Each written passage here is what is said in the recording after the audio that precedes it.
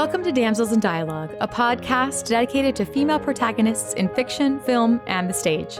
Co-hosted by Katie Zutter and India Marie Paul. For our inaugural season, we will be focusing on 8 animated heroines from Walt Disney feature films. This episode, we are off to Neverland with one of the world's most beloved fairies and Disney icons, Tinkerbell.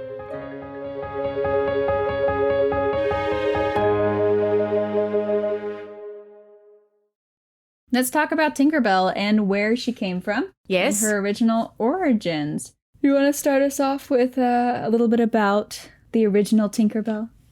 Oh, yes. So Tinkerbell was created by Jamberry, excuse me.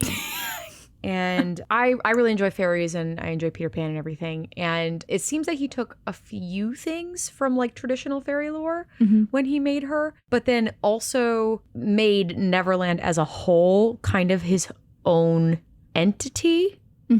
If that makes sense.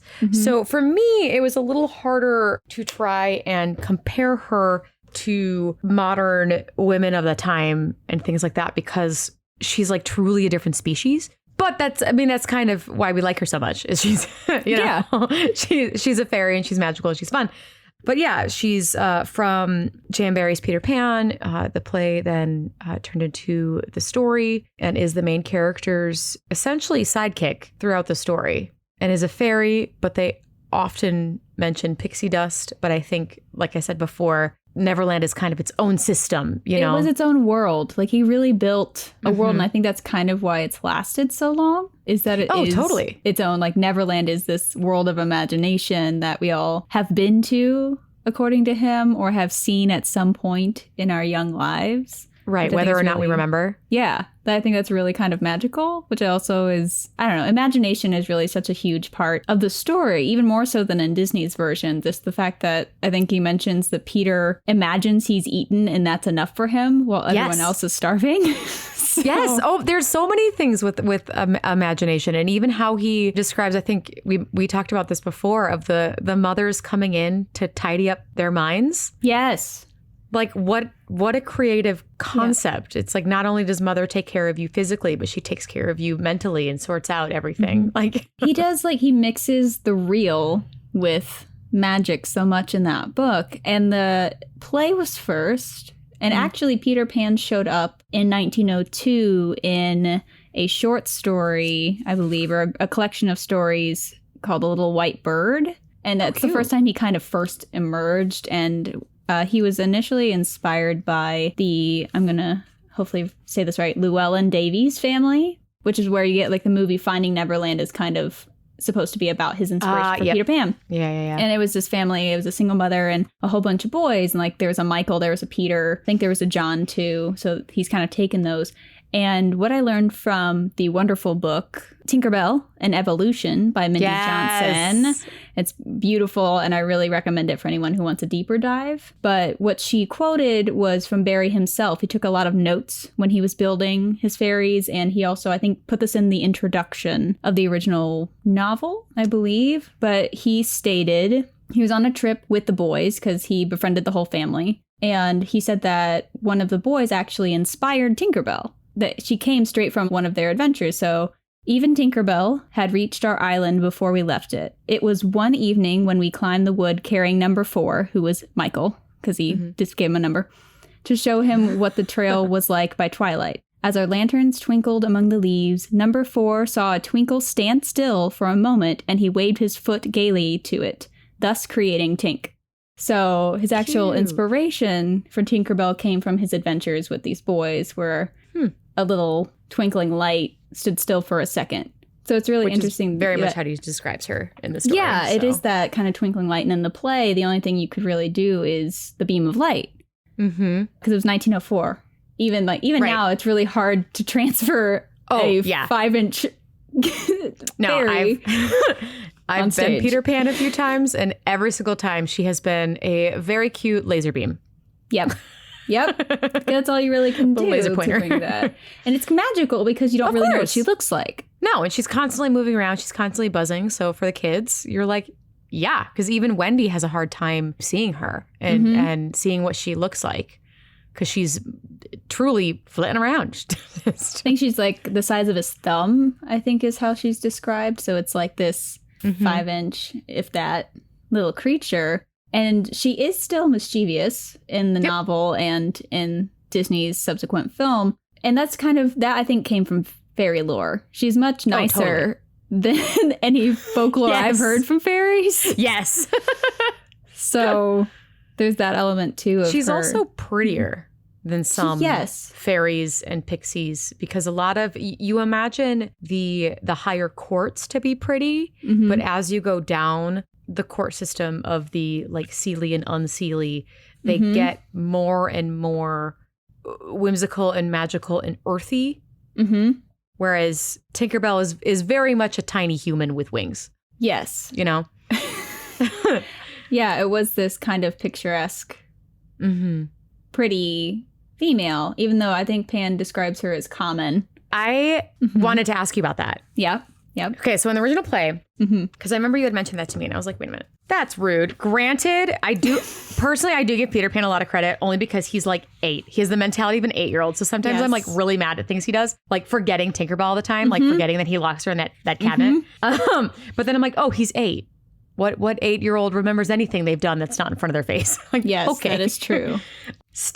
He's still not the best, but I think that's kind of the point. He's supposed to be super, super flawed. But he says that she's common.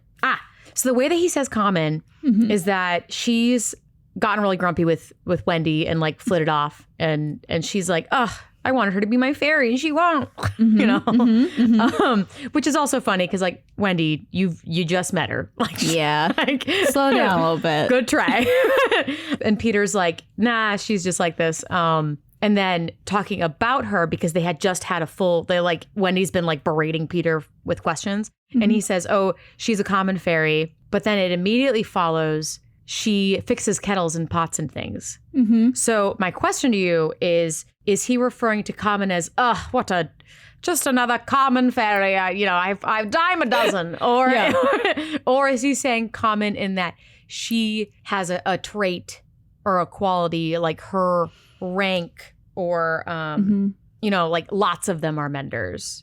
So not that she's not special to him specifically, but that she's just, this is the most common of their species. I don't think he meant it maliciously by any means. I don't think he means anything maliciously, even if it comes out so. It does come out so a lot. But I think I think he was also referring to, she probably is a lower tier fairy in the world. Barry doesn't really go into the huge world other than we know that fairies apparently have an orgy and leave Peter alone when they come back from it. He slips that into the book. So I feel like that's fair game to say. Yeah. Podcast. A little shocked. It's just like one sentence and then we kind of move on from it. You're like, okay.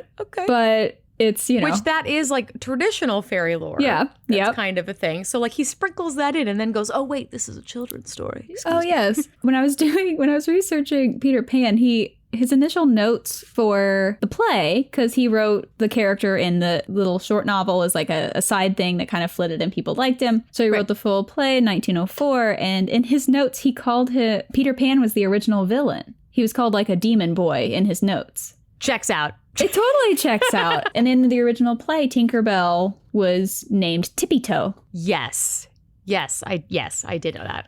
It's crazy. And it was, Tippy Toe was pretty set, which is a fun thing to say. Like Tippy Toe like trips off the tongue, you know? Oh yeah, of course. They decided to add a tin bell that was typically used with Tinkers for her sound effect off stage. And so they kept cueing for the Tinker's bell and they kept saying it in rehearsals. And so they ended up naming her Tinkerbell, and it goes back to her mending pots and kettles. It like kind of all fits in the time period that Barry was growing up in Scotland, because he was born in Scotland and then he went to school in England and I think was kind of settled there.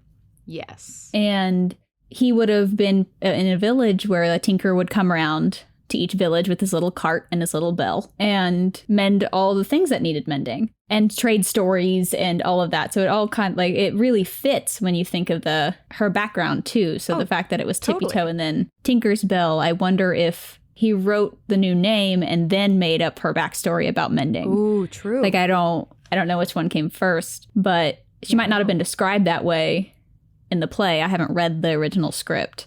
Yeah, me neither. But it is interesting that this Tinker, as we talk more about this, we'll go in depth on Tink's evolution. But like you said, the mischievous doesn't change throughout all of her evolutions. And so does, or neither does rather, her tinkering. Yeah. That is always a large staple in her as a character. Yeah, that it definitely is. It started from that. Yeah, it's her name. It's who she is. It's a very kind of straightforward naming thing. And it's so funny to me to think she's tippy toe because she doesn't really even tiptoe around anything. She barely walks. It's a cute name, I guess, but I don't know. Oh, it's super cute. Another fun fact before we move on from the play is that Barry was terrified that people wouldn't clap when... Because there's in the original play. That's a real fear, though. Yeah. Can you tell people who haven't seen the play on stage or who haven't? I haven't seen the original play, but what is that moment? So there's a moment, and this is not in the movies. No, not in a lot of the movies, but in the original story and in at least the plays that I've done, there's a moment where Captain Hook takes this fake medicine, this play medicine that Wendy has given him, and poisons it instead, hoping that it will then kill Peter. Tinkerbell finds out, and he's not listening to Tinkerbell, so she takes the poison instead and dies. And that is a huge deal. That is obviously. And this is one of Peter's more redeeming moments, is that instead of just deucing and going to save Wendy and the kids, he first saves Tinkerbell. And by doing that is fairies are, and he explains this very early on in the story too, that fairies are born of children's laughter, their first laughter. And so ideally there would be a fairy for each child, human child, but that's not always the case because the second somebody doesn't believe in fairies, a fairy dies. So vice versa, if you believe in fairies, you can save one.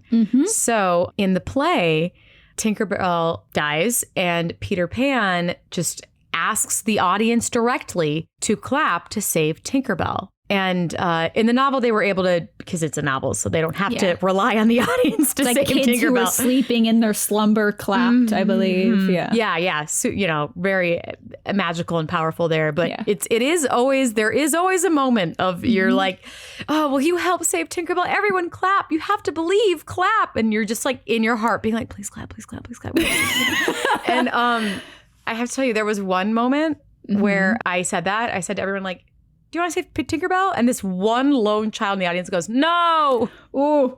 And I'm like, let's clap. And then everybody else clapped, except for this one child. That was a little terrifying. I'm like, oh no, this is going to be the moment. I can't imagine. And Barry's first opening night audience would have been like aristocrat. Oh my gosh, this and play. That's not something they would do. So he's terrified. We're talking 1904 England. It's a little scary. So apparently he prepped the pit because they had music for it. So he prepped the pit to clap in case. Clever. But he was relieved when they didn't have to because apparently there was thunderous applause.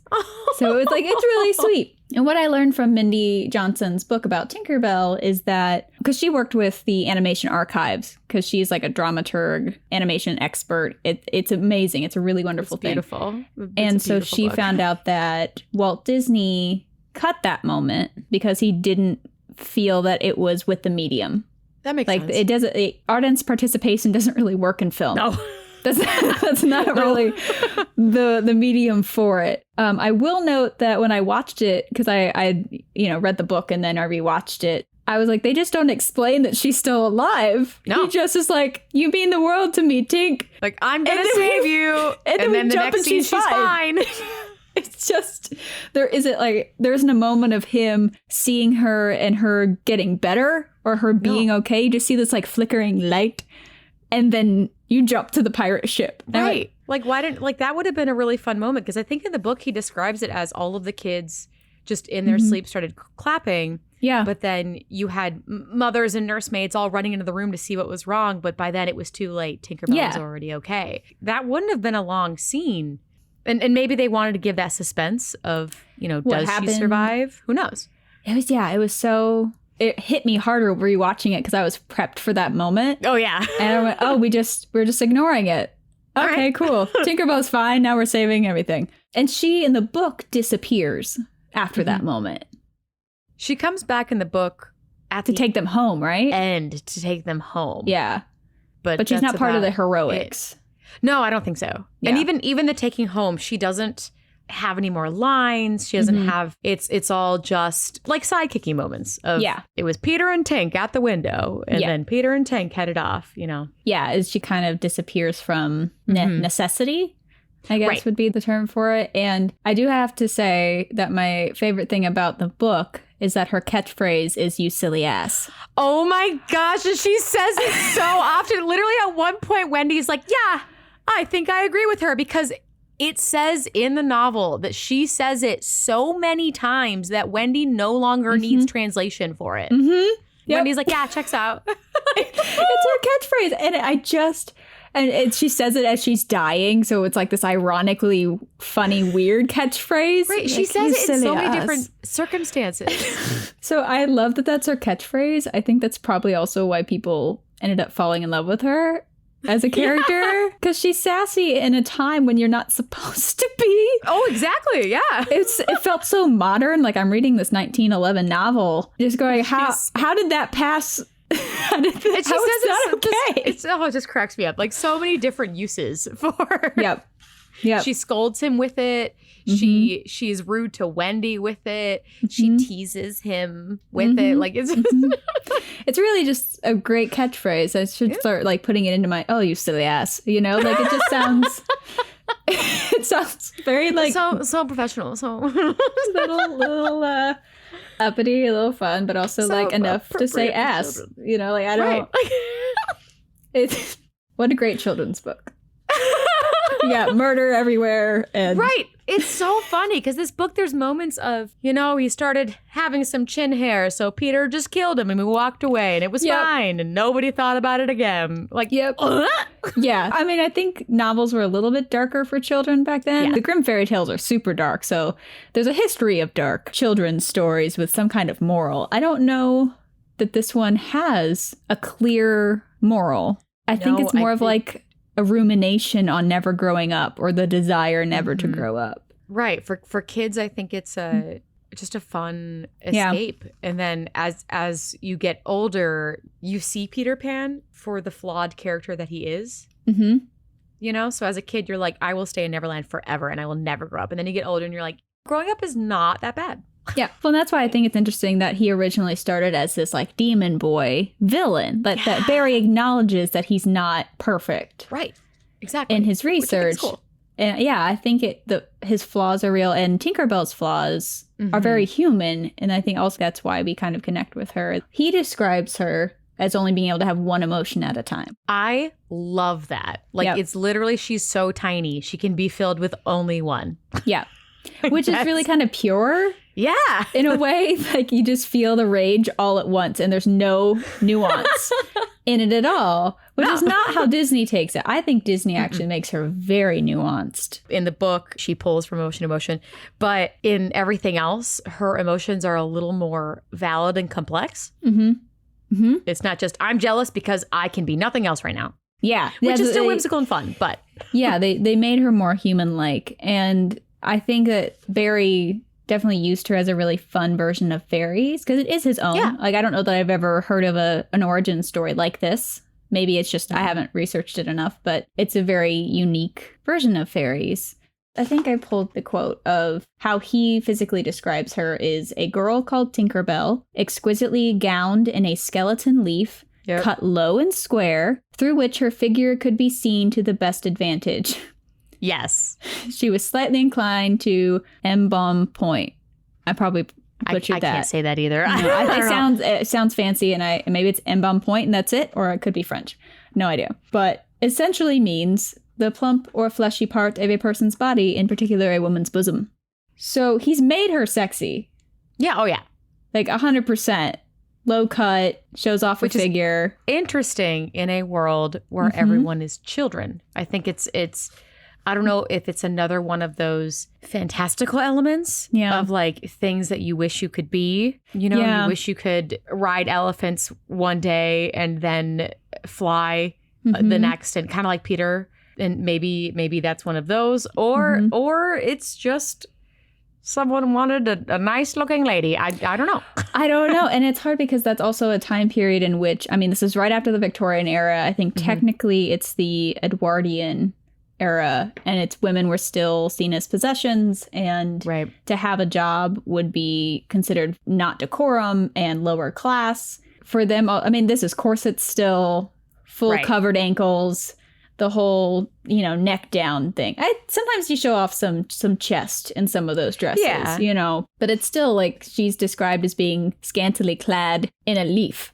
Well, I was interested by, obviously it still is form-fitted gown, but if she's the size of thumb, roughly, and leaves can be almost your palm if you get a good size leaf. And the way it's square across, so I'm like, okay, it's like a cut across, fitted. I get that. But the word gown kept triggering me. I'm like, it's not like he said dress or tunic. He said gown. And gown to me reads as a gown. Like an actual, like maybe her feet are not covered. Like your feet are fully covered type of a... Right. It could have been and not that she'd be in a cupcake ball gown. I mean, it's a leaf. But but something, that's so it was confusing to me. The square top and the gown turned into the tiniest sweetheart tiny tunic suit size. Yeah. So I just was confused. Like, obviously it's still sexy. Yeah. And also her features changed because if we are figuring out that word right, he says that she is more blessed up top as opposed to her hips. Yes, I have research on that. I'm very excited. I'm ready. Tell me. I want to know. So I guess we can move into Disney's. So let's talk about the origins of Disney's version of Tinkerbell, which really solidified her. And something that stuck out to me when I was reading Tinkerbell and Evolution was that Disney really knew that his version of Tinkerbell was important because she had only been seen as a ball of light. There was a 1924 film, but Barry hated it because he wanted to change the story to fit film. He's like, oh, if I'm going to do it, I'm going to use film to its fullest. Which is really profound for a creator. That makes sense. Right. So they ended up just making it the stage show, and he hated it. That's the only time that Tinkerbell was seen, and was really short, and I don't think she was given any dialogue. Disney knew that animation was going to be the first time you can see Tinkerbell fly in a human-like form. So he knew the weight of it. They actually started developing it in 1935. It was supposed to be the second feature film after Snow White. Oh my gosh. Walt actually played Peter Pan in a school production. He is quoted saying about this, "No actor ever identified with the part he was playing more than I." So he had... I mean, also, yes. Exactly. It makes a lot of sense. It makes so much sense. And he saw it for the first time when he was 12. He saw the stage play in 1913. Oh, wow. So him and his brother went to the theater, spent their little savings, and saw the play, loved the novel. It became really evident to me that it was important to him. So it explains kind of why there was delays. I think there was also delays. They had to get licensing, and I think the wartime kind of stopped some development and things like that. That's classic, though. I feel like so many stories, as we have more episodes and talk about more Disney stories, so many of them came from Walt. Yep. That he had thought of decades ago and just was trying to work through how to make it real. His mind is insane.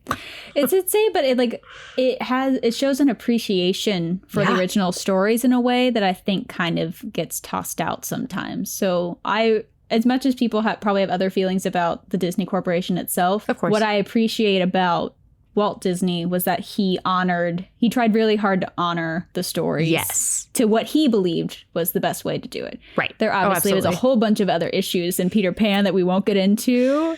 We'll talk a little bit about it, but we'll save that for like other discussions because we're going to focus on Tinkerbell. But they started developing and thinking about it in 1935, and it didn't come out till 53. So a fun fact was that Tinkerbell's development was the most expensive to date pre-production wise because she went through so many iterations when you're paying different artists to try different things. And she didn't exist. You're creating something out of literally nothing. You're creating something completely new. They did fairies before in the Nutcracker Suite in Fantasia. So they did, Yeah. that was the first time they kind of like had done fairies. And they also changed the seasons, which connects to Yes. future, like the new version of Tinkerbell. Pixie Hollow and Disney Fairies. That was like, oh, click. Fairies have a world in Disney. Maybe in Barry's notes he talked about it, but never in his like novel did he discuss that. So Walt is quoted saying in the first place, I was unwilling to start until I could do full justice to the well-loved story. So he knew that he wanted to treat it really well. She went through a lot of different iterations, and there's some beautiful pictures in the book, Tinkerbell and Evolution. The war kind of put it on hold, and they went back full force in 51. So they went full, like, we're going to do it. And I think 51 is when they kind of restarted it. And Walt decided really quickly that it was going to be a human-like form. So he said, Tiny Tinkerbell also is a definite transformation for the screen. She is a completely feminine person, jealous, vixenish, in place of a disembodied fairy. She has always been on stage represented by a beam of light. So he, of course, uses like the stereotypical phrases for like jealous and vixenish. Oh, yes. This is the 50s, and she's not the homemaker, so she has to be the jealous woman. the jealous vixen. As quoted by Captain Hook himself. Yeah. Oh, yeah. I wrote down that quote, and I went, oh, that's... That didn't age. That didn't age well at all. But he did manipulate a woman in distress. So he is the villain. So I guess we can give him that moment. But what was making me think about all this, I kind of went on a tangent here, is the bosom thing. So there's a lot of different quotes, and I don't have to read all of them, but they're trying to find this balance with Tinkerbell between child and woman. They really are trying to figure out how to do it. One of the, I think it was Bob Carr, when he was developing Tinkerbell, he said a second peculiar source of feminine love interest could come from Tinkerbell. Since she is so small that she is immune from accusations of immorality, why can't she be quite a spicy little character? She flits with Pan, is jealous of Wendy in Barry's original. If we go just a step further, have her posture in daring costumes and burlesque feminine wiles, she can supply the missing touch of something the adults are used to in movies. Anytime she is on the verge of seeming sexy, we can cut quickly to a general shot showing that she is no bigger than a hummingbird, and those who come to gloat remain to laugh. Huh. And that quote hit me because it really... I read it before I watched the movie, and every time it gets on the verge of being a little too much, they do that. They cut back to a different scene, or they cut back and showed she's just a little ball of light. Right. So that was thought through, that they wanted to make her sexy for like the adult part of the audience. So is that why they switched it to her hips? To still make her sexy, but not so inappropriate sex? I think that was part of it. And Mark Davis was the actual... So it went through so many iterations of development. And then Mark Davis was the lead animator on her. And he designed her from the waist up as a child and as the waist down as a woman. Oh, interesting. So they literally balanced it by just splitting her in half and making it that. I mean, checks out. And also if you give a character, especially in those earlier time periods, that's like classic kids comedy is like a good kick to the booty and falling on your butt and, butt jokes and aggressive attacks and force hammers that doesn't actually do any damage. Like those kinds of things are just like classic humor. So then you could play with that and still make it children fun, but spicy, as they said. They knew that she was described as sexy, but they didn't want to make her too sexy. So they just kind of did a half and half, which gave her the pear shape, which is a legitimate state for women, because I definitely am a pear shape. And I appreciate that about her.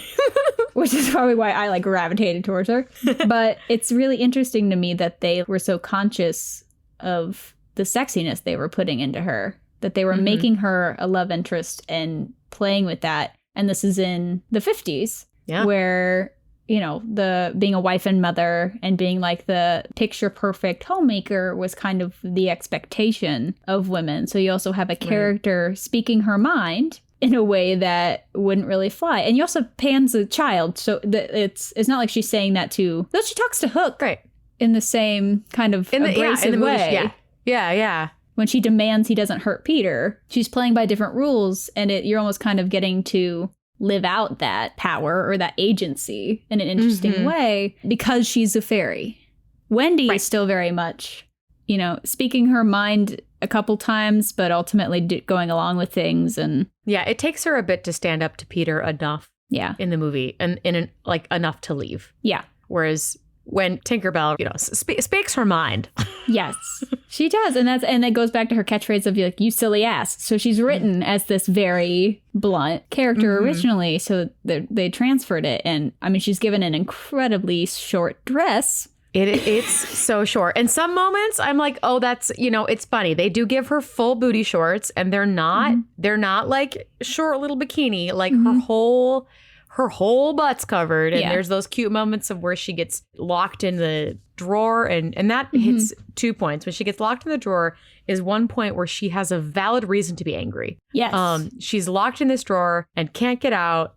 And she's not jealous of anybody. She was just shut in a drawer. She was shut in a drawer. She's little. Yeah, I'd be pissed too. I mean. Right. So you have that. So that's changed. But then you also have that moment of her trying to get out the keyhole. And that was one of those moments that I think you're describing where for a while it's really funny. Because like, it's, you know, your classic kid humor of like, I can get Stuck out. In the my thing. butt can't get out. Yep. Like, you know? And you have the full shorts. So it's not like inappropriate, but then it goes on for a bit and you're like, what? And then it cuts right when it would be too far. I went, oh, there it is. That's the moment of like, okay, this is no longer funny now. We're looking at her butt. And then they jump straight out of it and remind everyone she's in a tiny drawer. Yep. It's interesting to me that they thought through that. I'm happy that they did. Oh, absolutely. But it's just an interesting thing to like have written down in some record of someone saying, like consciously being like, we're going to make her sexy, but when it gets too sexy, we're just going to pretend that she's a fairy and it doesn't matter. Right. Like, that's the part of that quote is that she is incapable of immorality because she's so small. I'm like, well, that does not check out.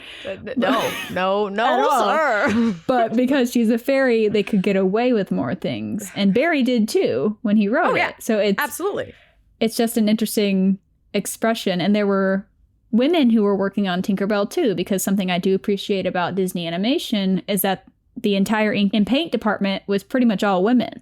There's a lot of women. It was harder for women, of course, to move into those animation spots because you had the 9 old men who are brilliant artists, you know, in their own right. But oh, yes. However, it was harder for women to move up into those male spots. But he still hired women. Right. And appreciated the artistry that they did because that was not easy. No. And he sometimes went out of his way to hire women. The entire ink and paint department was known to be women. And that was women working with women and women in managerial positions. Minnie Johnson was on a podcast and mentioned that there was a woman who was not satisfied with the way the paint was working in the environments they had because they were in LA, I believe. And it would dry up or like the humidity was weird or it wasn't working right. And so she got a chemistry degree or like went to chemistry school and I love that for her. And then just and created her own kinds of paint. I don't know, it just blew my mind that this is happening in like the 40s and 50s. Yeah. So it was really nice to see that. Walt also had an appreciation for women, which I think also plays into giving Tinkerbell a voice. And then there obviously are problems with lots of the movies and the time period. Yeah. But he really loved also Tinkerbell. Like, right. He really loved her. And I think part of it is that she spoke her mind. Maybe that's imprinting ideas onto Walt Disney because I know him so well. But it's, you know. But it's good. You like to push the boundaries and try to make things very forward. And that does cross over into the movies where every rendition of her changes. Before we finish the Peter Pan movie numero uno, I wanted to just mention a few more things because, you know, we talked about the jealous woman and Hook manipulating her, which was very believable. Like, I got that. She was legitimately distraught. Like, she was banished by such a toxic relationship. And when she pushes the bomb out of the way, this time watching it, I started singing Bruno Mars's Grenade in my head. And I'm like, it's purely a one-sided, unrequited love. It's dramatic situation. They do better, and we'll talk about this in the second one too, with Peter. But in the first one, I read it very much as an 8-year-old. Yeah, he's still a little kid, even though he's drawn a little older. He's drawn to be like teenage age, which I think was like teeny bopper 50s, right? Which is strange to me because like you can get away with all these things he does and not be as angry with him because he literally is not there yet mentally. Like they stretched it with how old they drew him. I think they should have made him a child. Yeah, and then the second one we'll get there. But the first one with Tink specifically, there were a couple moments where I loved her agency in it. I liked that she was given a little more screen time. She was drawn really cute. The things that I questioned was the costume that we talked about, where it went from a gown that was straight across, but still figure hugging, to a sweetheart tunic shirt. So that was interesting. But then I wanted to ask you about, well, two things. One thing that I didn't understand why this happened because it didn't have to. In the book, they talk about how pixie dust just gets everywhere. And that becomes canon throughout the rest of the series. Like every other moment with Tinkerbell, pixie dust just gets everywhere. Yes. which is very funny. And so when Peter flies in the window, he had to carry Tink part of the way because she's tiny. Yes. So he has it all over his hands. So when he has that moment of, oh yeah, I didn't give you any pixie dust, so you can fly, he like takes his hand and like blows it on them. Yeah. Whereas in the movie, which I thought was strange, is he picks her up by the wings and spanks like her. Hits her butt. Like spanks her. Like why? That was a weird choice to me. Like you couldn't just like. Well, that's what Michael does. Michael just shakes her. Grabs her. Yeah. Oh, I was like, ooh, that's rude. But Michael's also like 2. So. Forgivable, just a little bit of an idiot. Come on, Nana's gonna come too. And she's tied. Okay. Oh, poor Nana. Been through so much. But yeah, like why? Like there was other ways to get that pixie dust than hitting her butt. So that should be once again, because in this first one they made Peter Pan so young. Yeah. Mentally, like I think they probably thought it was funny. They got away with it. Like, it probably goes back to like the butt joke humor. that didn't land. It didn't land. It didn't age well. But they also didn't let it sit on it very long before they zoomed out. So it was that moment of like, I think you knew. That was a weird choice. Didn't do it. Her and her like skimpy little dress. Yeah, or just like even just shake or just ask her for it. I don't know, because she was resistant. So she's also like, I don't want to give you pixie dust. And he's like, doesn't matter. We're still going. You're just jealous. Yeah, doesn't take no for an answer. So that's also toxic. It's a very toxic relationship and she deserves better. I really have questions about why she leaves Pixie Hollow if we're going to put this all together, even though the timeline does not match. No, yes. But one other thing I wanted to talk to you about, because that also doesn't make sense. But just before we move on to the second movie, so another moment that I wanted to talk to you about was the mirror moment. Because I know we both, in preparation for rewatching the movies and everything, we had both brought up the moment where she checks herself out in the mirror, kind of, that we had remembered. And upon rewatching it, how did you feel? So, because I have opinions as well. I was actually surprised by my feeling because I finished reading The Evolution before I watched it. And it hit me harder that Tinkerbell has never been seen as a person before. This is the first time that a famous fairy has ever been seen. So she starts as a ball of light outside of the window, which I'm like, oh, that's smart because you show people that she's still the ball of light that everyone's seen on stage. Introduces that. Beautiful. Cute. And then her first appearance is saying she didn't find the shadow, but it's very quick. And then she flies by and she gets a full turnaround, here I am moment. And I initially was like, oh, they're doing like the vein. It's kind of funny. Like you see yourself in the mirror and check it out. But it hit me a little bit harder realizing that this is the first time that we've given Tinkerbell a full form for people to recognize that they're probably literally just showing off. This is what Tinkerbell looks like. Right. But it's a moment of letting the audience see someone that they've read about for so long. And so thinking about that, it felt a little less like, let me just show off how sexy I am. It feels more like an introduction to her. And the hip measurement moment does not last nearly as long as I remember it lasting, but it hit me more as a very woman moment. So I don't know who told the animators that we do this or if they watched their wives or what, but it's a very woman moment because we've been trained to measure ourselves against, the ideal, the hourglass shape. So when she puts her hands on her hips and she doesn't really judge herself. I also noticed that the facial expression was kind of like an acknowledgement of it, but it wasn't like deep sadness or depression after. So I thought I was going to be more upset by it because I originally thought, oh, is this a moment where kids are introduced to thinking about how big their hips are? But it goes by so quickly that it feels like it's just a setup for the keyhole. So I took it as very similarly, introduction to the character. I thought it was a very cute introduction when she sits down. And it is described in every iteration of her that she is beautiful. Yeah. And that is something that she prides herself on. And she does, even in the new stuff, occasionally use her beauty for things. Never malicious, but still just like, can get away with things because I'm cute, you know? So having that little bit of vein, like, but it wasn't overpowering. It was just like, she's feeling herself, you know? Yeah. It was more like, well, oh, I see that. I feel that. Right. Now the hip moment, I took it as she's standing on the mirror. Oh, it's a horrible position to look yourself closer. at. Yeah, which is a terrible position. One thing I did appreciate, you never saw, and you see her shorts a lot during the show. You do not see them. They could have done an up the skirt shot. Yep. Because she's standing in a mirror and they don't. And I was like, thank you. They like mirror it perfectly. They don't even like morph her that much. No. So, and the thing that I thought she was doing was looking down and things that are closer to the mirror appear larger than they are. So I thought she was like, oh no, are my hips that big? Oh, it's fine. They're not that big. Yeah. My echo memory of the story was much worse than it actually ended up being. So it was kind of a relief. Right. And like what you said, that's something everybody does. How many times do you have to retake a selfie? Because you take one and you're like, oh, why is my nose huge? No, it's not. It's the same size as always. Yeah. It's like, it's the angle that you're at. And it feels like she absolutely had that moment. Yeah. She had the like, that's a really good point of like, if it is closer than they appear, that you have that like freak out of like, wait a minute. And it's a very human thing. So it gives her this like full scope of personality. Like that's a lot of feelings to have at once. So they just threw out that one feeling at a time completely. And so you see her, and we talked about this earlier, but it's worth noting that in this sequence, there are multiple close-ups of her reacting and being upset. So there are multiple times in which we see her get more and more upset with the situation because she thought it was like, get the shadow and leave.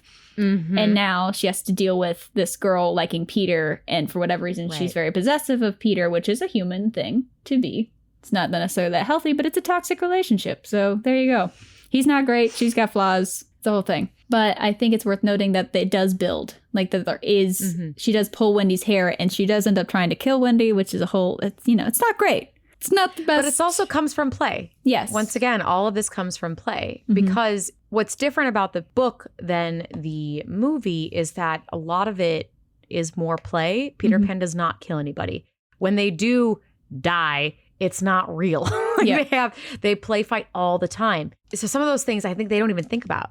Yeah. Because there are no consequences. So they don't know that anything they're doing is wrong. Tinkerbell truly doesn't know that killing Wendy is not a good idea. But also there is a lead up in the movie that there isn't in the book. In the book, they describe it by she's just jealous and that's it. Yeah. In the movie, you have all of these moments of, okay, well, first Wendy forgets and locks her in a drawer and she's already upset with her because this lady just locked me in somewhere. I can't get out. So first she's locked in there. Then she gets ignored because they're catching up, understandably. And then Peter Pan not only is taking this other female character with him, which that's kind of her role, but then also gives her a job immediately. Yeah. Like he immediately, he's like, you will tell stories. You will be our mother. You'll be the mother to everyone. You'll be great. And now this girl has not treated her well from what she can see. She's now replacing Tinkerbell from what her opinion is. Yep.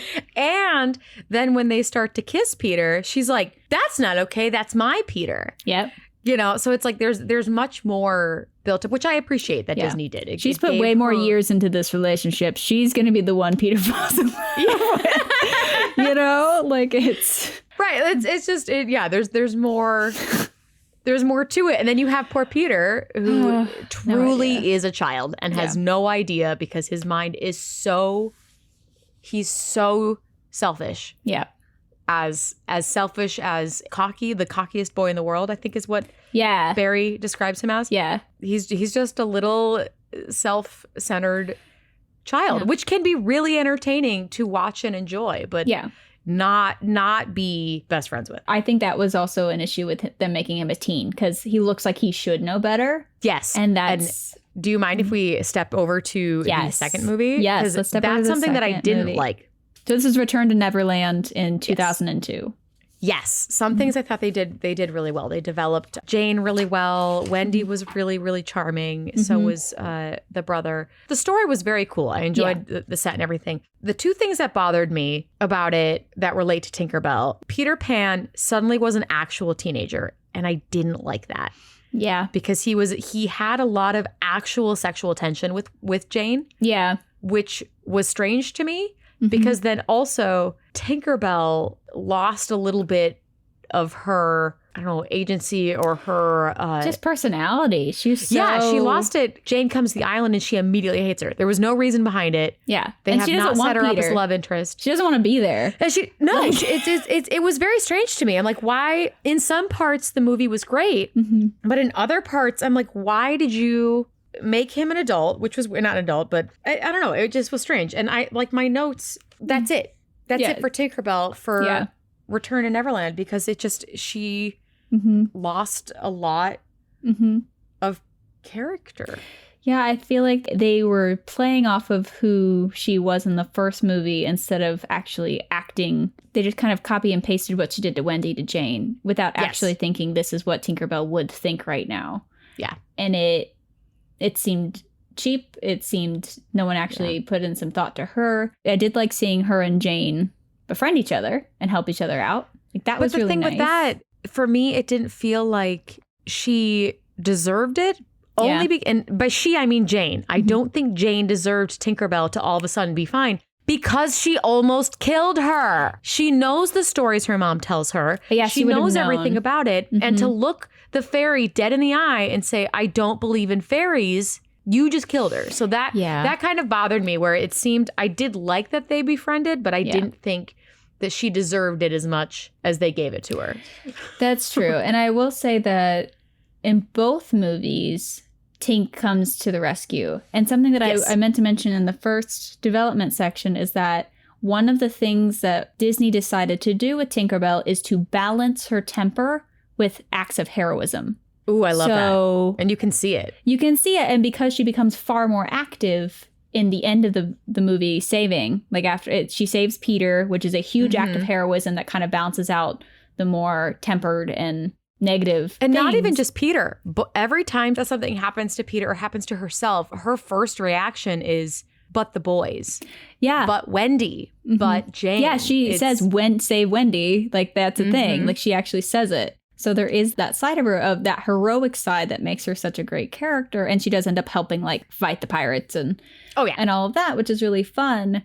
It was a conscious act of balancing that anger with heroism to make her a little bit more of a lovable character and an important character, because she does save the day. And she saves the day with Jane in the second one, too. And she's this tiny female, like, attacking these group of pirates. I love it. It's a really kind of beautiful thing. And I love that Tinkerbell's banishment is gossip in the first movie. That Smee's like, I heard that Pan banished Tinkerbell. Like, it's gossip. So everyone knows her on the island. And that she...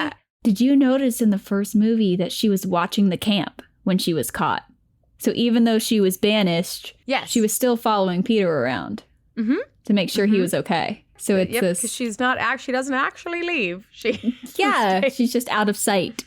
And something on her that they did well, I think, before we leave Return to Neverland, just because there wasn't much about it. No, there really wasn't much. Kind of covered everything. Jealous for no reason, and then she was the hero, and... It was weird. She hugs Wendy at the end of the movie. That is what I didn't mind, because to me, I really liked when she came in and was like, oh, Wendy. When I first watched it, I'm like, that's weird. Why do you all of a sudden like her? But then I thought about it and I'm like, wait a minute. They did at the end kind of make up a little bit. They were not BFFs by any means by the end of the book and the movie, Disney's movie, but they were on good terms. Yeah. They were on like speaking terms, if you will. So then she comes back and now Wendy is no longer a threat because she's a grown-ass adult. Yep. And Wendy herself is like, I'm staying and I've grown up. So it's kind of this moment of, I haven't seen you in a while. Yeah. I don't know. I didn't mind that as much. I don't think they're BFFs because I think Tinkerbell has a little better sense of time than Peter does. Because Peter's like, oh, it's been like 30 years. Yeah. But I thought it was 2 days. What do you mean? Where I think Tinkerbell has a better sense of time. Yeah. And I do think that if purely her problem with Wendy was not that she was a woman, though every single woman is pitted against each other in the first movie, every single one. So that was like Tinkerbell round 1. That's Tinkerbell round 1. Round 2 is when Disney kind of rebranded. Completely rebranded. I would call it. To the Disney fairies. And there were different amalgamations of the Disney fairies throughout. There were some drawn cartoons with totally different characters. And such. But then this is kind of their big ticket, which is now the Disney Fairies franchise is very similar to the Disney Princess franchise. Yeah. Where they're their own units. You can go to Pixie Hollow at Disney and meet Tinkerbell and at least 2 other fairies, usually Silver Mist and one other. That is the rebranding. Yes. Is now. All of these movies are the Tinkerbell where they poorly tried to tie it in to the original story. Yeah, they just, my biggest issue with the series, and I really like that they did it. I think the world they created was really series. cool. I mean, it started with publications in 2005 and then the first origin story in 2008. I think it was smart because Tinkerbell needed to be kind of introduced to the new generation because she was on everything. She was so commercialized. She became an icon because she was on the TV show, became everywhere in the parks. She is one of the most recognizable characters from Disney. Yeah, she really is. And I think something I read in the evolution was they were trying to figure out who was going to help host the television stuff because he really wanted to expand into television. And a lot of the big characters already had licensing agreements with stuff. There were voice actors to deal with, but Tinkerbell didn't need a voice actor. So she became the perfect symbol and they gave her a wand. And then she started, like, there's no wand in any of the movies. In anything. any of them. There's no wand. So it was strictly like for television thing that she gets a wand. And even that's fed into the princess stuff. You buy your crowns and your wands. Yeah. Even though the princesses don't have wands either. She was on everything. She was apparently, like, they helped sell peanut butter, like Peter Pan peanut butter. She was in the commercials. They really kind of put her into pop culture right after the movie came out, because that's also kind of when they were doing more of that. It even came into, she fed into the adult, probably because she's very relatable to adults figure-wise, her looks, because they are very mature. Like, look at the early princesses. They're all drawn tall, thin, not much of a figure. And then you have this full-figured lady, outspoken lady. She, you know, when I was a kid, you could buy stickers of her at the fair. Yeah. You know, people have tattoos of her, and adults really, really enjoy her. So she's one of those characters who hit a lot of markets. And so I think it was very smart of Disney to take her popularity and rebrand it to kind of reintroduce her to kids in a more kid-friendly thing. Because it has become an icon for, like, adults before this kind of took off. So in 2008, they released, it was Disney Toon Studios. So this isn't the animated thing. It was I think it was for TV, for straight to VHS or DVD by that point. Aging myself. I think most of these are. Most of these are either straight to a streaming service or a DVD, depending on when it came out. Yeah. And here, I made a list of things that ticked me off about Tinkerbell, the first movie. I think they didn't know who the heck Tinkerbell was, because they had to, for the first time, give her lines and give her most of the lines. And they wanted to change it. I think they really wanted to make her a modern woman, if you will, appealing to a younger audience, but also didn't have the budget to do as much. So I would agree.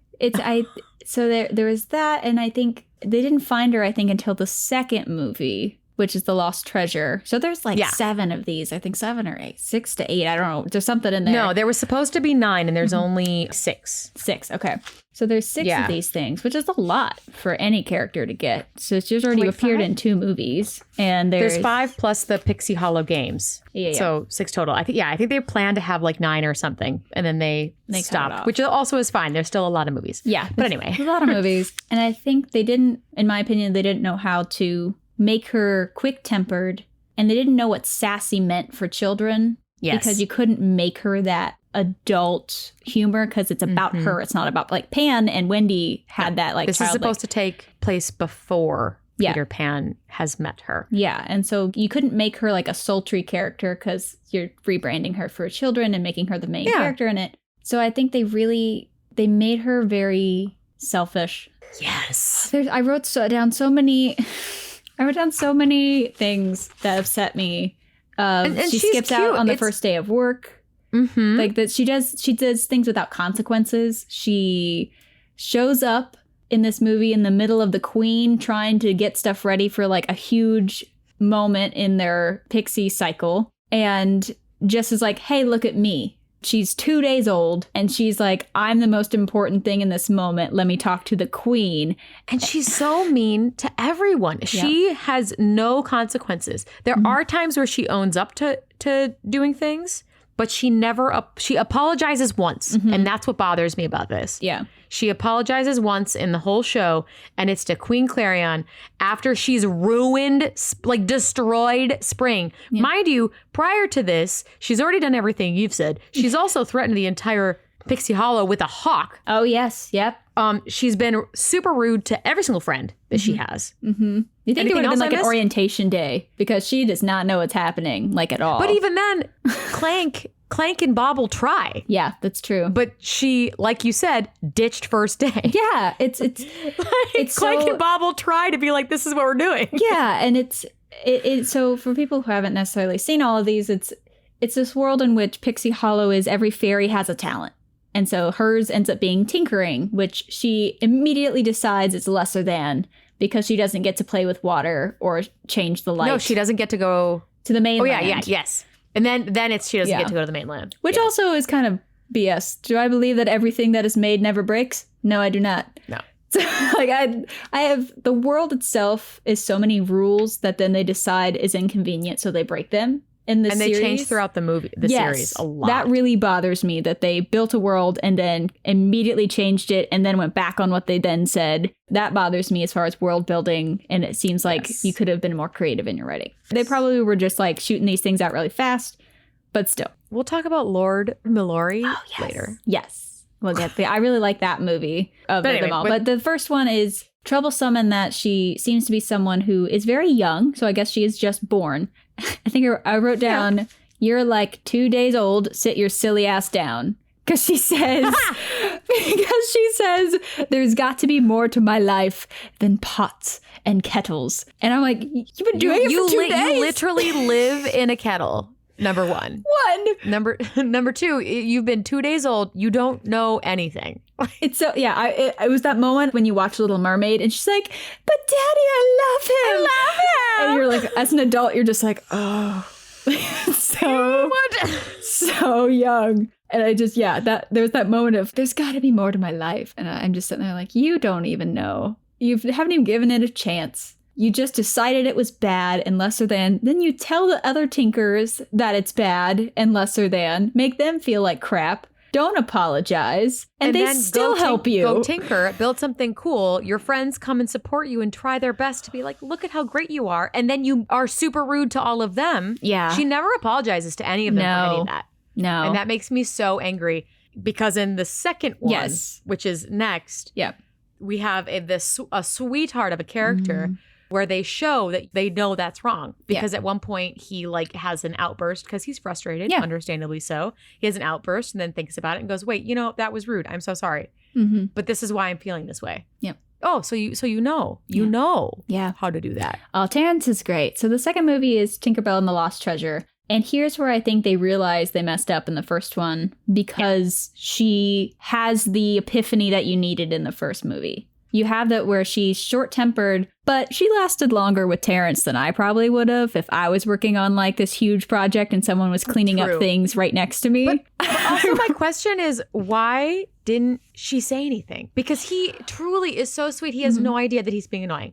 And instead of her either actually letting him help with things, which she didn't do, or saying, hey, Terrence, I appreciate you, but maybe you should wait to come until the afternoon. Yeah, I need some space. Her communication skills were not on point. Which is annoying because Terrence was trying so hard. Terrence was trying so hard to be communicative, and she was not And not that he's perfect. He's not. No, I mean, he was trying too hard. He was just trying too hard. He was. And we love him for it. I will say the men in this world are not toxic. They never question women leadership. They have a queen. He's just trying to help. He never says Tinkerbell can't do it. He really is there to like, what do you need? They really think they did a good job at that relationship. And I think outside of Tinkerbell, everyone is supportive of each other. Yes. You know, regardless of gender and everything. It's that is you are a, water fairy, and doesn't matter how or why, you all have the same job. Like yeah, and it's female friendships really that you don't get to see that very often in Disney movies. Usually it's one female against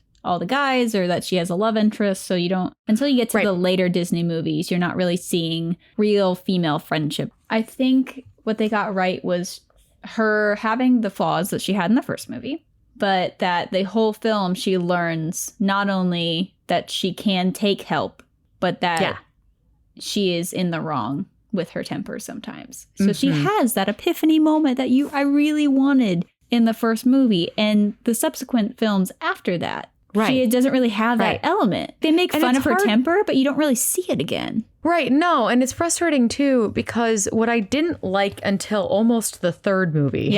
Yeah. Was that, why does Terrence like you? Like, why would Rosetta and Silver Mist and everyone, why do they want to hang out with you? You do nothing but be rude to them. Yeah. Or completely disregard them. Yeah. Like there's not much of the likableness between her and other characters. That does change a lot. It does turn into the girl group that we all wanted. It is. And the second movie sorted out what happened and made her a better person. Like, you saw her grow. She gave credit to Terrence and Blaze for helping her with that instead of just taking all the credit, which I thought was really big of her by the end of it. Oh, we were going to talk about her costume, how they kept it. Yes. I was so confused. Yes. I will say what I did think was helpful was in the first movie, she made it herself. So she did have the agency of choosing to make it this tiny... this tiny leaf dress again. And they still did the callback, and it's cute because the other fairies, you can see too, they all have some sort of leaf, flower, or petals. Yeah. They use similar materials, which is fun. And I like that they did the callback to the little tunic-y dress to make her still super recognizable. But I just don't understand why they were like, they had the foresight to be like, oh, we'll make the dress longer. Great.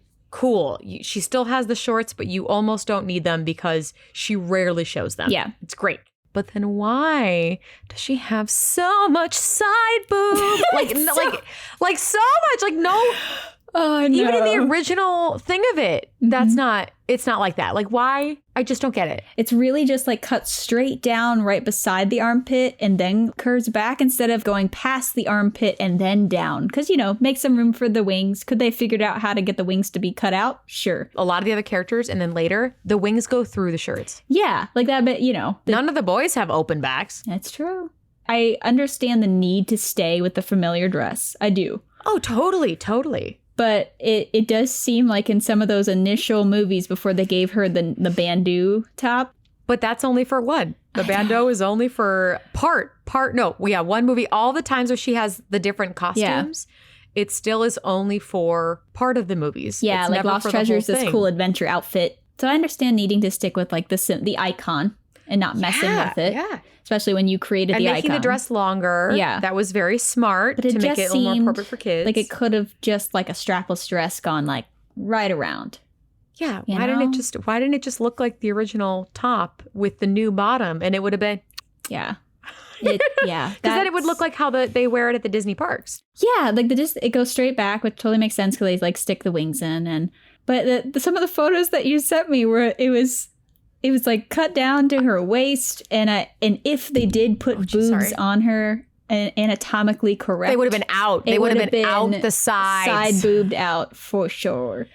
So. I just couldn't believe it, and now it's all I think about. I'm like, why when you had the choice, and maybe that's just like the inner costumer in me, where it's like that could never be built in the way that she has it built. It would have to be a completely taped on, hard constructed corset. Yeah. With a laid on, which would be difficult. And then taped to the skin. Yeah. And then Like it wouldn't have that look of whimsical, easy movement that she has. Okay, the moment that I was scared was when she is asleep, and this is still in this movie.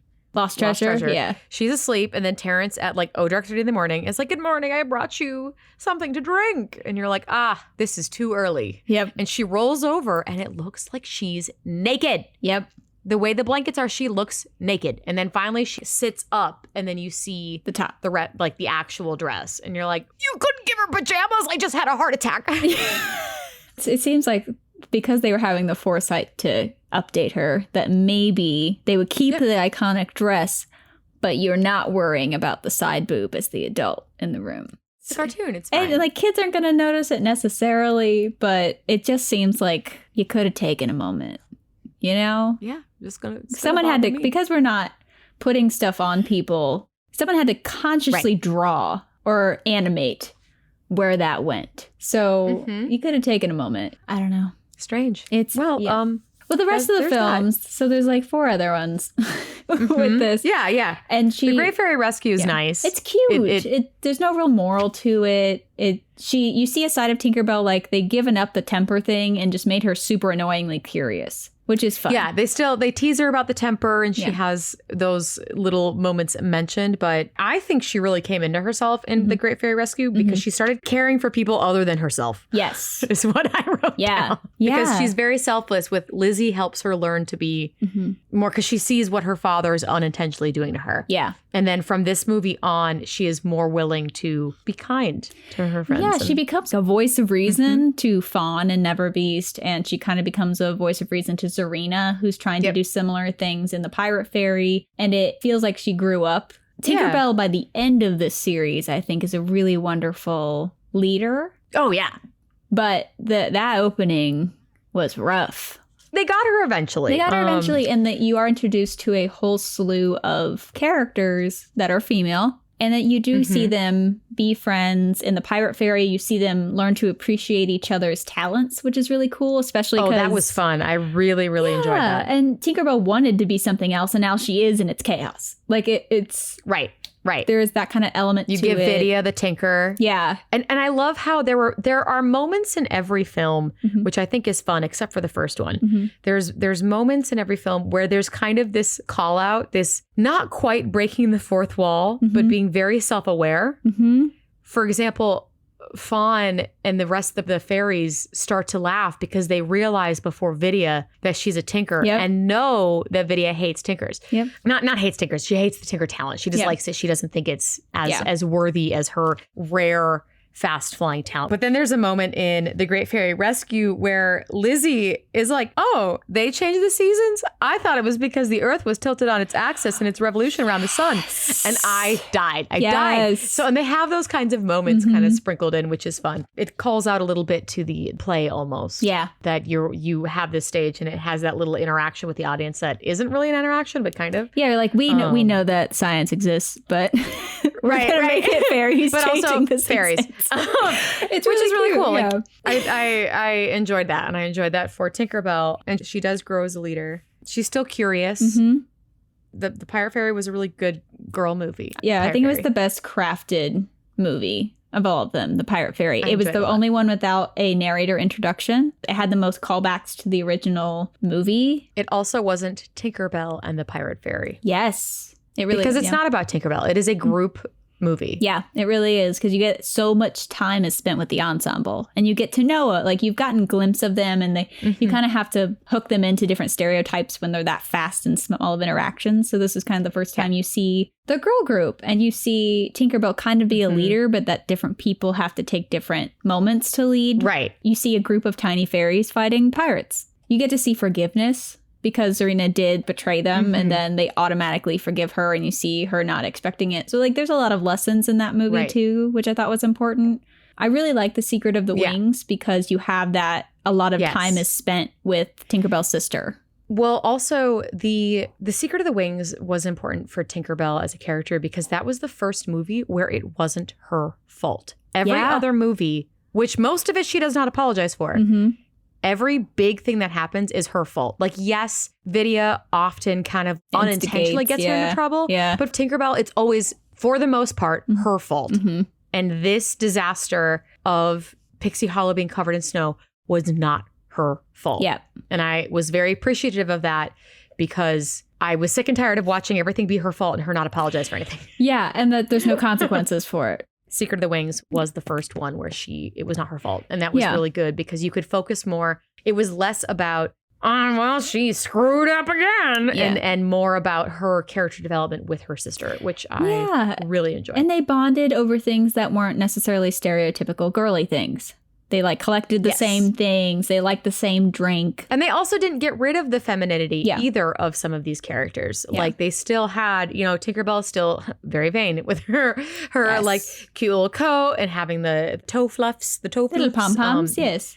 Right. I also enjoyed the little moment of the very obviously drawn pretty Frost Fairy, the boy. Yes. Frost Fairy. Yes. And then Rosetta's like, oh, like it was, that was still cute. We don't need like full love stories, but like Terrence and Tink are very cute. Having those moments are still very wholesome and cute. So now we're getting into like what you said, the modern, you can have that agency, but still be feminine. Yeah, like this is kind of in the third, I'm not an expert by any means, but what people are kind of putting it is the third wave of feminism, where in the second wave in like the 80s, you're kind of rejecting girlish things, going the opposite direction to redefine what being a woman is. So you're wearing pants, you're being a little more of the boy cut, all of that. And then in the third wave, which is pre-Me Too, Me Too is kind of the new wave of things, is when you're kind of reclaiming the ability to like girly things and not be considered like less than for it. So it's kind of reclaiming the femininity and not seeing it as a weakness.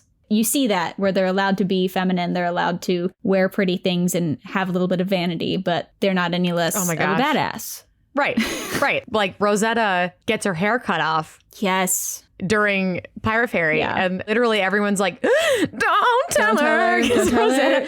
Rosetta's like very vain as far as that kind of stuff. And, that's still like a fun, cute thing, but she's still very strong. And Rosetta very often takes that leader position. Yeah. And not even as this is what we're doing next, but more as you guys are working too hard. Like this all makes way more sense if you do it like this. She's super smart. Yes, she's very smart. And Southern. We talked before about the fact that they really kind of went anti-stereotypes with a lot of these side characters consciously. Which I think was really cool. I do think, though, and this is just, it's not Tinkerbell's fault because she becomes less of a main focus, the movies. Because Secret of the Wings, I think, was really, really excellent as a Tinkerbell movie. Yes. Great character development. She was awesome. And then the Pirate Fairy was very much, because it's not Tinkerbell and the Fire Fairy, it's just the Pirate Fairy. Yeah. So that is their ensemble story. I wish it wasn't Tinkerbell and the Never Beast because it's not. It's not at all. It is Fawn. That is Fawn's movie. Yeah. My question for that is, Fawn changes a little bit in this movie and like Fawn takes over the Tinkerbell character, which is very confusing to me. But outside of that, I also very much enjoy that movie. I just was confused trying to tie in with Tink. I said giving Fawn Tink traits, which seems weird. I just didn't understand why they did that. And then also in every other movie, even though Tinkerbell is rude to everybody, at least in the first few movies, everyone rallies for Tink in every movie. Even if she is rude to them, they're still in her court. They're still trying to help her, which is what we love about them. Yeah. But when Fawn needs help, deuces. Yeah, it was... They leave her a bunch, and Tink takes a lot of convincing to help. Yeah, that one was rough. And the things they set up, I really think they just made Fawn Tink. I think you're right. And I think they did that for pretty much every movie that wasn't Tinkerbell. Because the Pirate Fairy, Zarina, was also called the Tinkerbell of Dust Fairies. So it's this common theme of breaking rules, which I could do without in some of the movies. There's other situations that could occur that aren't Tinkerbell breaking the rules. So that bothers me about this series, is that it seems like every inciting incident is about someone breaking a rule. Right. And that's why I don't think they knew what to do. No. And the Never Beast could be so cool. I really enjoy that as an idea and a story. Like having this Never Beast that nobody remembers, but I just don't understand why. There's moments of Fawn, but there's a lot of moments where she's just Tinkerbell. And I'm like, why do that? my guess is because it was Disney Toons, so it's for TV studio, and I think a lot of story development. I mean, it goes back to the fact that in the first movie, they flew through winter fine, and then in The Secret of the Wings, they couldn't fly in winter. Lord Mallory doesn't exist until The Secret of the Wings, Yeah. but he's been there the whole time because it was a female Lord of Winter at the beginning. So, Although, side note, the Lord of Spring makes me cackle every time I see him. great. He was a good, the good worrywart, finicky character. Yes. It was good. Some of the storyline stuff and like the world rules just like are convenient. So that bothers me about the Disney Fairies series. The constant rule breaking as plot point is a constant that bothers me.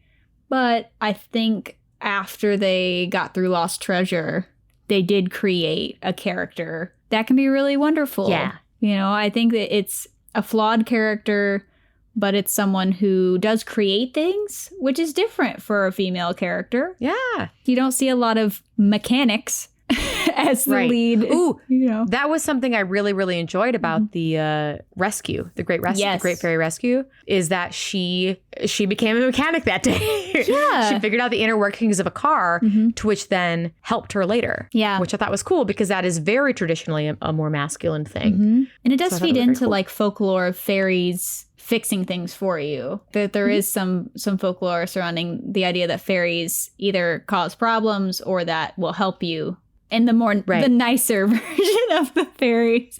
But yeah, I think it was an interesting rebirth of Tinkerbell. There's not as much diversity overall in the world. That's what I was going to say. It took them a long time to get more diverse extras, if that makes sense. During the Pirate Fairy and Legend of the Neverbeast, especially Legend of the Neverbeast, you saw it more because the scouts all look totally different. Yeah. Like none of them look like each other, which is really great. You want that diverse look. Even though they're fairies, it's really nice to see different representations. Yeah. You know, so that's really nice. It took until the last couple movies to see that representation of the girl gang reflected in the rest of the group. I think they found a great place. I'm sad that they've stopped. I think it was time.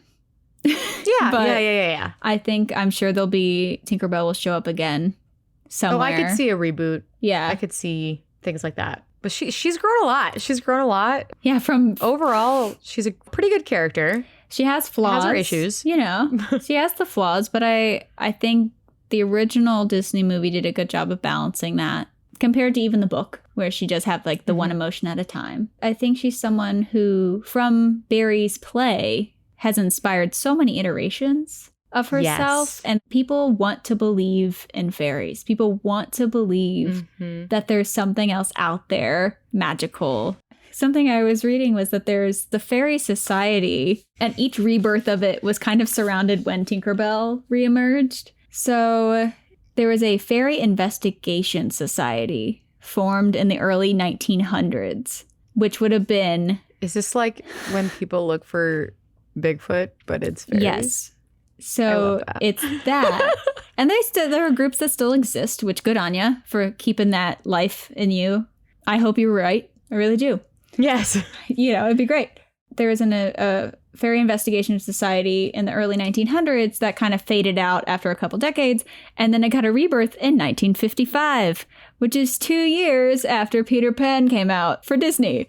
So I feel like... I think not. I feel like there's a little bit of a rebirth every time that she comes out, and people wanting to believe in fairies and wanting that to be a thing. And what's interesting, I think, about Tinkerbell that helps make her this iconic character we know her is that because she's a side character, she really doesn't have that much to her, which gives you, and not in a bad way, it gives you the opportunity to fill in the blanks. So I think a lot of people can take this framework of this beautiful, sexy, confident, outspoken woman and put themselves in her, regardless of age. They can fill out those gaps, which you can't do for main characters because they are so well developed and explained. And so I think that is another reason why adults like her a lot, because they can see themselves more in her. Even though she is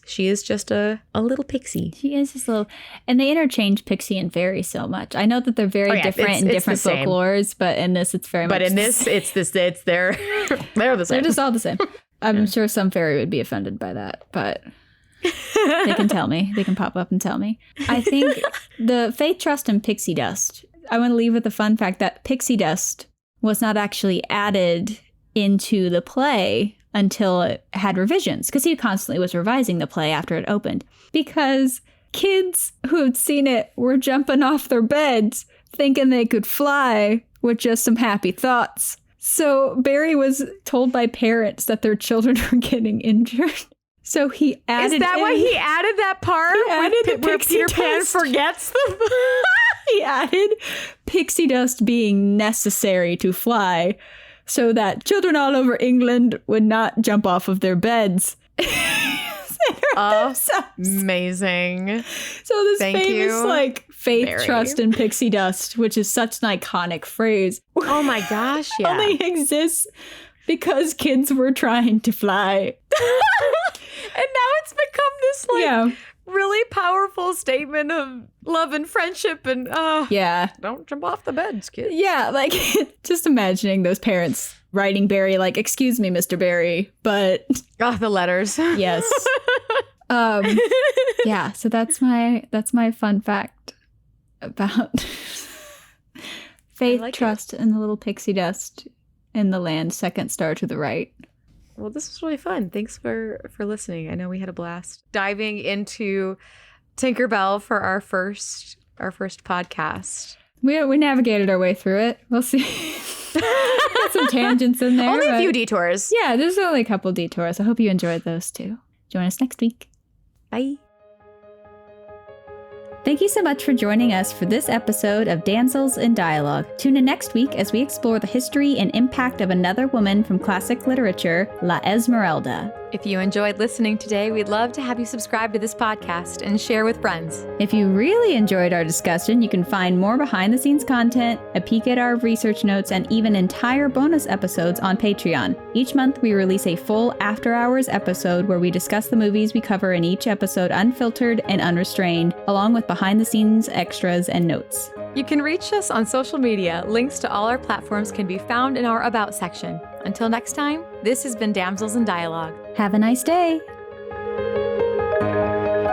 This podcast is sponsored by Royal Princess Parties, LLC, and is produced by Hello Out There Audio, part of Hello Out There Productions.